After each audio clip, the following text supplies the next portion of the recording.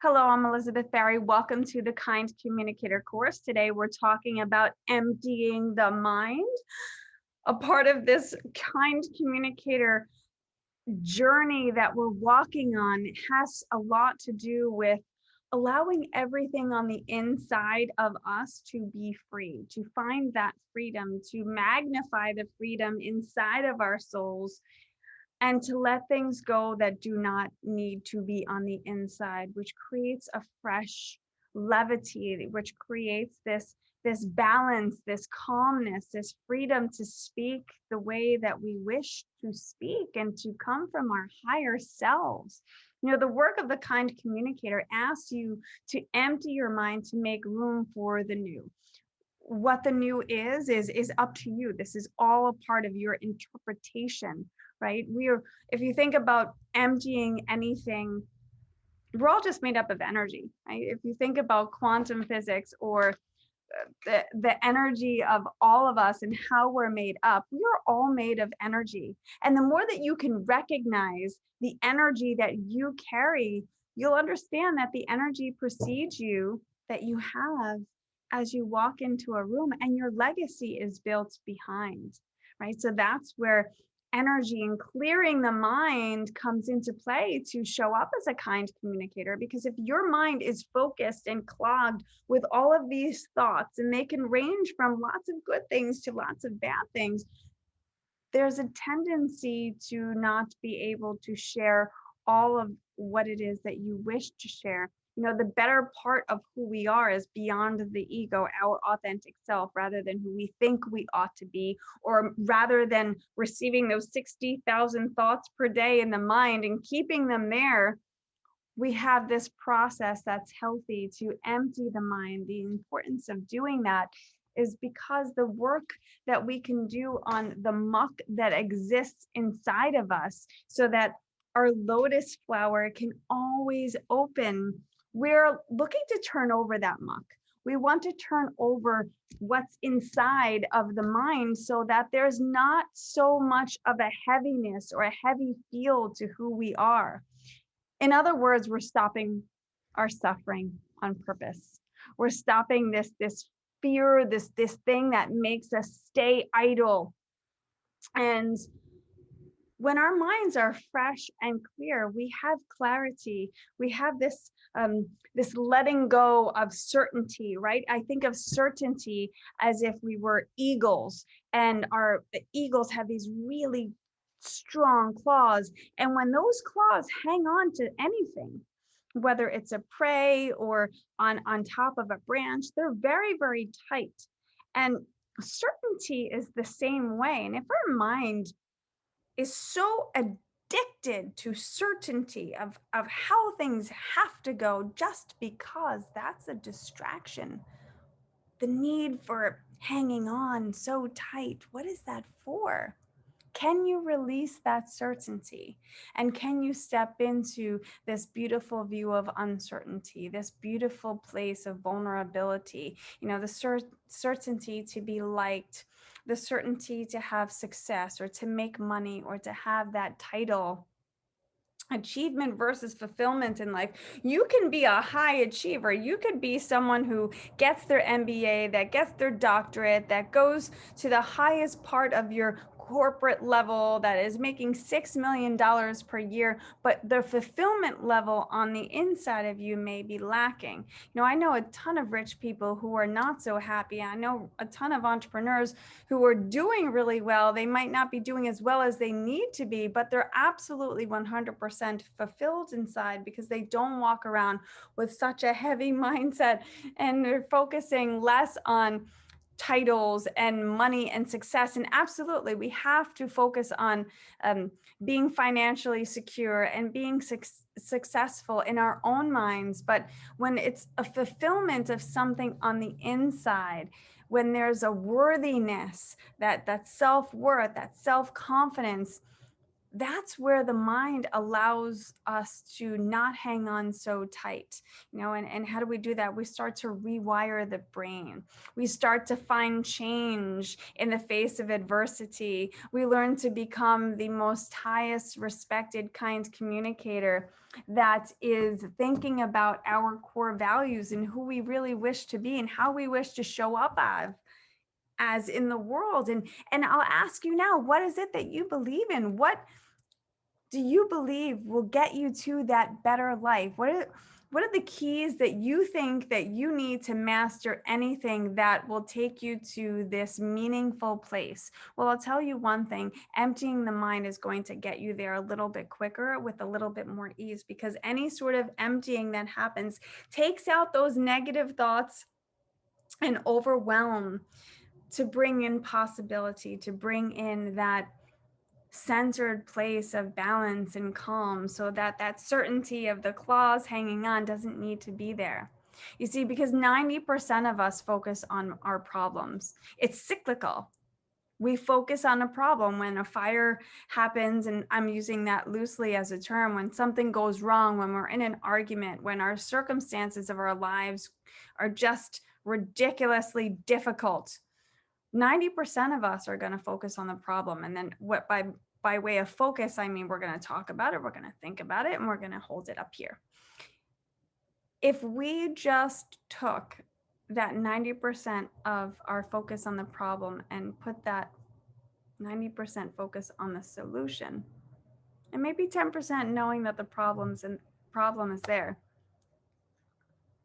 what will happen? What's the result of taking and replacing the habit of challenge and putting it into a solution? It's like trusting that energy inside of us to believe that everything is going to work out, as long as we believe it too, as long as we can rewire the brain and make the changes that we need to do to make things right. And I want you to understand that this course and being a kind communicator is helping you live out your life on your terms, asking you to empty the mind and start fresh over and over. Even if you do it every single morning, it's just like, it's kind of like unclogging the drain in your shower. When you need to unclog the drain and there's a backup there, the water kind of comes up to the surface, right?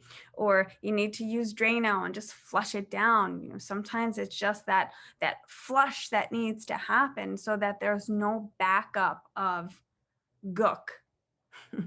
And that can happen in the mind. Why does that happen? Well, because we go through arguments, we go through divorce, we have life situations like loss and grief, we have people that are around us that are annoying and burdensome, and we tend to carry that around. We talked about our imaginary backpacks. We can take all of this stuff on our journey through life, and then it can be really, really heavy and daunting, and again, it hinders our breath.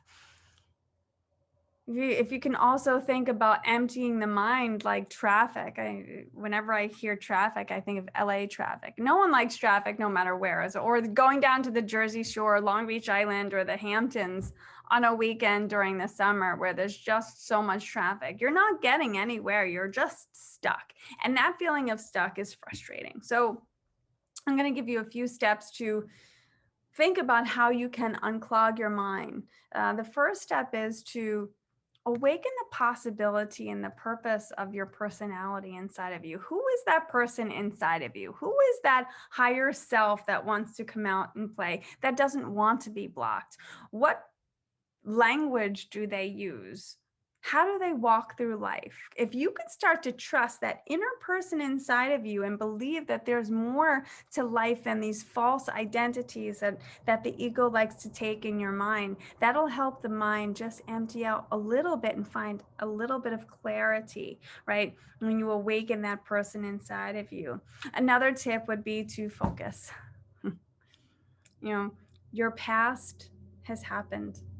Your past is gone. Your future hasn't happened yet. Can you quite possibly live in the present moment? Can you adopt a practice of patience and presence so that your mind feels clear and the brilliance of who you are can shine through? So focus and concentration is another tip. And one more is just letting go of that significance, right? Letting go of that certainty that need to be significant, that need to be right, or to justify, or to judge, or to try too hard, or to keep up with the Joneses, or being the inauthentic you that people think is this person that you are, when you know that it's not. It's like letting go of being a master of your ego will give you freedom. It will allow those memories, those mindsets of the measuring stick to just let go outside of the place where they don't need to be, inside of your mind. And then all of a sudden this unclogging comes, and that usually hinders your communication, and you can start to communicate as a world-class leader. Stop suffering on purpose. You were put on this earth for a reason. I want you to go after those reasons, right? The mind, when we're unclogging this portion of, letting things go and making room for what is, I envision it as 4 dimensions, right? 4 dimensions. The first dimension is intellect.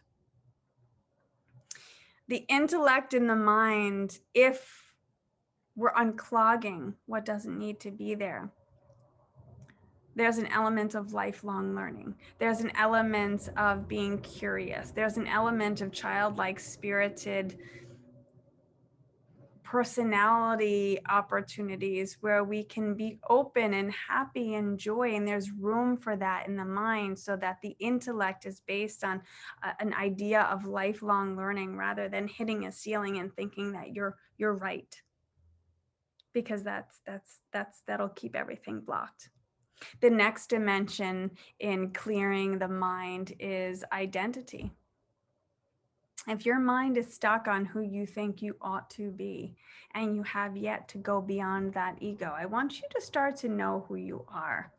Beyond, we talked about our kindness castles, digging down into the sands of who we are. When you go beyond the ego and you really identify with, who am I? And it's okay if you don't have to be the person you always were. We can change at any age. I'm telling you, it will give you so much freedom to know that, and then to act it out. The third dimension of this mind unclogging is memory. It's acceptance of and respecting of the past, acceptance of our circumstances, acceptance of what has happened to us, but not letting it clog us so that we can't move forward, because that's just not what we were put on this earth to do. And I think that you believe that. So it's just that like Robert Frost says, two roads diverged in a wood, and I took the road less traveled. Respect your past, but don't live there. Just keep going on that path, right? And the fourth dimension of the mind is this consciousness, right? This present moment, this mindful nowness that allows you to feel comfortable with being uncomfortable. Living a fulfilled life asks you to be more consistent. And again, that automaticity, that living on purpose, that second nature of the newness, as allowing us to be less clogged, where there's less complainings, less whining, less judging, less blaming, less pointing, and more kind communication, and habits by which that we show up as the higher part of who we are. Restoring the good things that make you feel you will allow you to see a different response, like a different lens from life in that mind of yours. So it's almost as if you're letting go of anger. You're letting go of the teapot that's been on the stove going off like for way too long. You don't need that clogginess. We all experience anger because we're suffering, and people are frustrating. People are annoying in our life.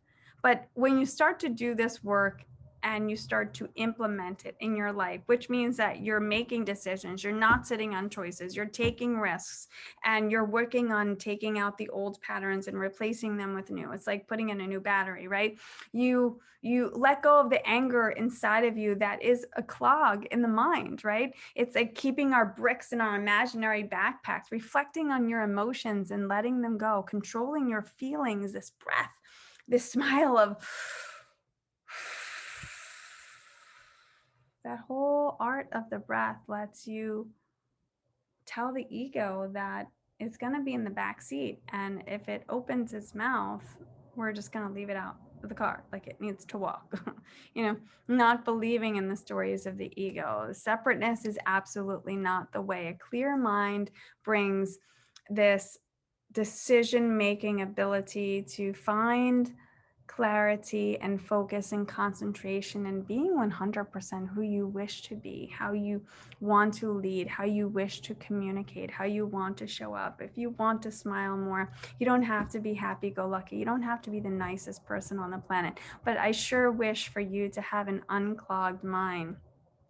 It's like, cleaning out your vacuum where you have to, I have cats, so every time I vacuum, I have to open up the top and just take out this wad of cat hair out. If I just kept vacuuming for months on end and there was just like the wad of cat hair would just get bigger and bigger on the inside, there would be nothing there to suck up the dirt because it was clogged. And I know I use a lot of analogies, and if you don't like cats or if you're not into cats, it's just a pretty visual opportunity for you to think about your mind. The more that you can carry around those feelings of anger or resentment or pain or justifications of things that you should have done or could have done or wish you had done, that unclogging of it and coming into those identity of who you are, and finding your intellect and lifelong learning, being one with the softness of that lotus flower that will open up inside of you. That's where you master the Kind Communicator philosophy, the kindness innovation, and you step into the work of the Kind Communicator course that you're in so that you can do the work that moves the needle. And of course, the work that moves the needle is the type of work that most other people aren't willing to do. Well, people want to change, but it takes a lot of guts. It takes a lot of tools. It takes a lot of practice and repetition. Repetition is the mother of mastery. The more that we can repeat these habits over and over again, the better that we can be and who we ought to be. And that mind of yours deserves to be so calm and so clear. And I'll leave you with this, this is life-changing work. And a lot of times I know that adults in their 40s to their 60s will be the person with the folded arms, or the person holding the door saying that we've always done it this way. I've always done it this way. I'm not going to change. But it's those times where cancer comes into play, or a death comes into play, or a loss, or almost this life-changing moment that changes people. And that's where they have that second path. And my goal here is that I don't want you to come to that place where you have to have that life transforming moment that is painful and hurtful to say, I'm going to do things differently. I want you to change in the now, because the possibility is there for you to do that. And you don't need a hurtful life circumstance or experience to do that. You can do that on your own, because you have the grit and the perseverance and the willingness to do something.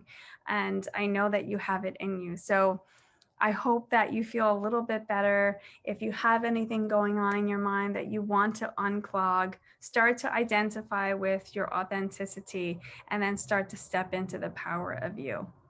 See you in the next round.